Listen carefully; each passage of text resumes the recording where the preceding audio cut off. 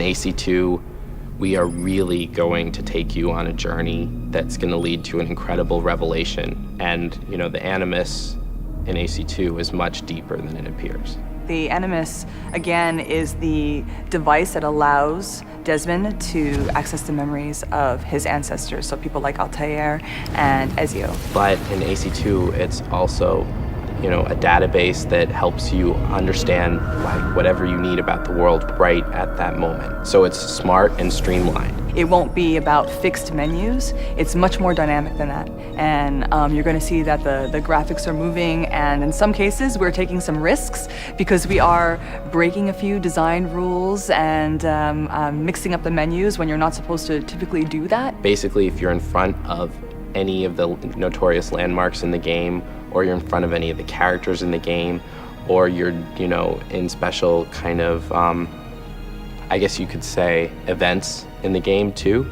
you will receive a small discrete pop-up that allows you to access the database and find out history about it, find out, kind of go in more depth into what's going on.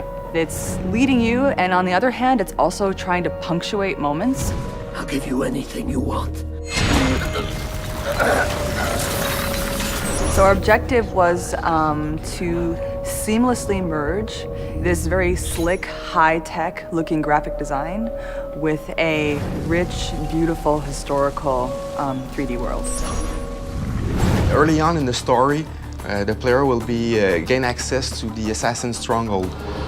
Basically, it's going to be the house of the assassin where he lives, and at first it's going to be in ruins. And so you have this kind of decrepit village, and you have the villa, which is becoming overgrown, and basically, Ezio has an opportunity, if he wants, to take care of whatever you want in there. As you upgrade and make the town better, the town will be earning more money for you.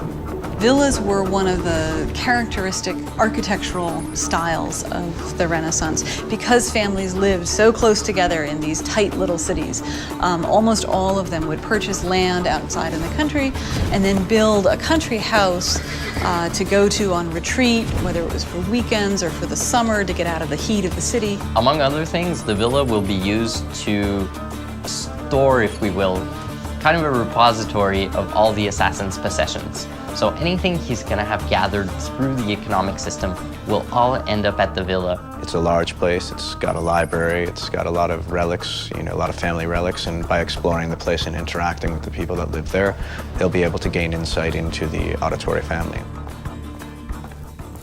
Much more than Assassin's Creed 1, Assassin's Creed 2 is like this gigantic world. It's cities within cities within cities. I think what's wonderful about the game is that you just are in the city as it was in the 1470s or 1480s, and the research that's gone into reconstructing the city at that particular historical moment looks just terrific to me. It's indeed a very massive project on all fronts. It's an epic game, that's for sure. People are going to be amazed. The incredible scope of this project is really going to blow players away.